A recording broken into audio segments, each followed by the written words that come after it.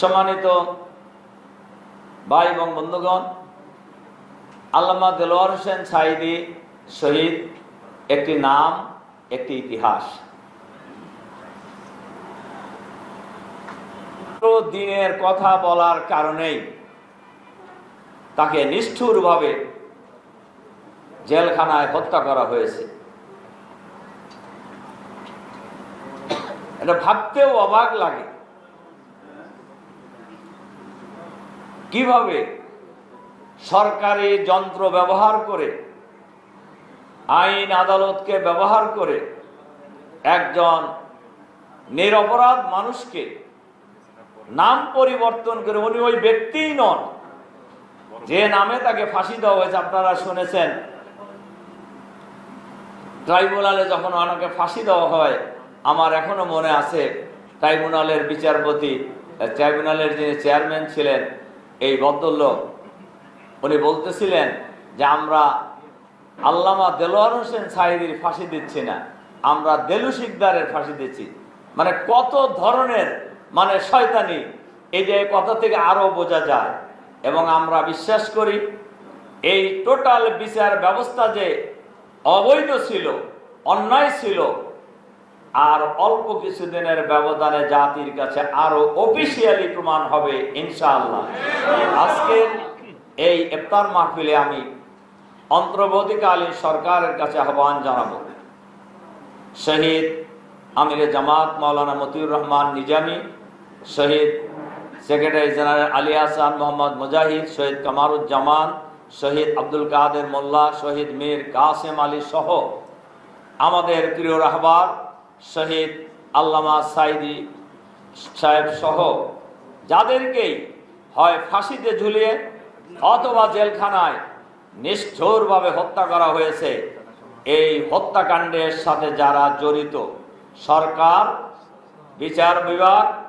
বিচার বিভাগের যারা বিচারপতি ছিলেন, প্রসিকিউশন, তদন্ত কমিটি, এই আর যারা মিথ্যা সাক্ষী দিয়েছে, সকলকেই চিহ্নিত করে গ্রেফতার করে বিচারের আওতায় আনতে হবে। তার কারণ এই বিচার প্রক্রিয়া যে ছিল 100% অসত্য, মিথ্যা, অবৈধ, এটা তার বড় প্রমাণ। সম্মানিত সুধী মণ্ডলী, ইতিমধ্যেই আমাদের মাঝে উপস্থিত হয়েছেন আমাদের সকলের ওস্তাদ, এই উপমহাদেশের বহু আলেমের ওস্তাদ শাইখুল হাদিস আল্লামা কামাল উদ্দিন জাফরি সাহেব ইতিমধ্যে উপস্থিত হয়েছেন। ওনাকে দেখলে আমি ব্যক্তিগতভাবে খুব দোয়া করি, আল্লাহ তাআলা এই লোকদের হায়াত আল্লাহ তাআলা বাড়ায় দিন। সম্মানিত সুধী মণ্ডলী, হযরত উলামায়ে কেরাম, দ্বিতীয় যে পয়েন্টে আমি 1 মিনিট কথা বলে শেষ করব, সেটা হলো যে ইসলামী ঐক্যের ব্যাপারে। বাংলাদেশের স্বাধীনতার লাভের পর 53 বছর পার হয়েছে, 54 বছর চলছে, এখনো এই দেশের মানুষের অধিকার প্রতিষ্ঠিত হয়নি। এখনো বাংলাদেশ বৈষম্যহীন। বৈষম্যের বিরুদ্ধে আমাদেরকে লড়াই করতে হচ্ছে।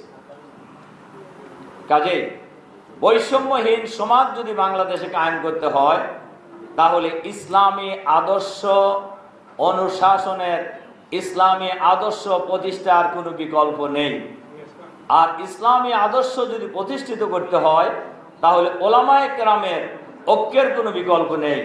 আর ওলামায়ে কেরামের ঐক্য যদি প্রতিষ্ঠিত করতে হয়, তাহলে কয়েকটি কাজ অবশ্যই করতে হবে। 1 নম্বর, সবার মনটাকে বড় বানাতে হবে, উদার হইতে হবে, হীনমন্যতা দূর করতে হবে, পারস্পরিক সংকীর্ণতা ভুলে যেতে হবে, অন্যের দোষ খোঁজার পরিবর্তে নিজের ভুলগুলিও দেখার এবং বোঝার সকলেই চেষ্টা করতে হবে। আমরা যদি এই কাজগুলি করতে পারি, তাহলে আমার দৃঢ় বিশ্বাস, ওলামায়ে কেরামের সাথে আমার অনেক কথা হয়, বিভিন্ন দল এবং দলের বাইরে যত ওলামায়ে কেরাম আছেন, বর্তমানে বাংলাদেশের সকল শ্রেণী পেশার ওলামায়ে কেরামই চান ইসলামের ঐক্য। আমরা যখন কিছুদিন আগে চরমোনাই গিয়েছিলাম, সেখানেও আমাদের আমিরে জামাত এবং চরমোনার আমির মুফতি রেজাউল করিম সাহেব দুইজনই একমত হয়েছেন একসাথে বসে, আমি ওনাদের সাথেই ছিলাম, যে আমরা আগামী নির্বাচনে অন্তত আমাদের বাক্স হবে একটা, ইসলামপন্থী জনতা এক বাক্সে ভোট দেবে। এর আগেও আলফালা মিলনায়তনে সকল ঘরনারই বলা যায় কওমি লাইনের ওলামায়ে কেরামের একটা প্রোগ্রাম হয়েছিল। সেই প্রোগ্রামেও সকল আলেমী বক্তব্যে কথা বলেছেন, ঐক্যের কথা বলেছেন, সর্বশেষ কথা বলেছেন আমরা সকল ভেদাভেদ ভুলে গিয়ে আগামী নির্বাচনে আমাদের বাক্স হবে একটা। আমরা যদি এই কথায় ঐক্যমত পোষণ করতে পারি, দৃঢ় থাকতে পারি, বাংলাদেশের সর্বস্তরে গ্রামে গঞ্জে শহরে নগরে বন্দরে চাষস্থল থেকে সচিবালয়ে একই আওয়াজ উঠেছে, সব দল দেখা শেষ, এবার দেখবো আলেম ওলামার বাংলাদেশ। কাজেই আলেম ওলামার বাংলাদেশ দেখতে হলে ওলামায়ে কেরামের ঐক্য লাগবে। আর ওলামায়ে কেরাম যদি ঐক্যবদ্ধ হয়, এই বাংলাদেশের ইসলামের বিজয় কেউ ঠেকাতে পারবে না ইনশাআল্লাহ। যারা আমাদের শহীদ আল্লামা দেলোয়ার হোসেন সাঈদী শয়নে স্বপ্নে দেখতেন বাংলাদেশে একদিনের জন্য হলেও উনি দেখে যেতে চেয়েছিলেন কালেমার পতাকা উঠছে, উনি দেখতে পারেননি। ওনার যারা আমরা অনুসারী আছি, আমরা বাংলাদেশে দেখবো আগামী দিনে কোরআনের পতাকা উঠছে ইনশাআল্লাহ।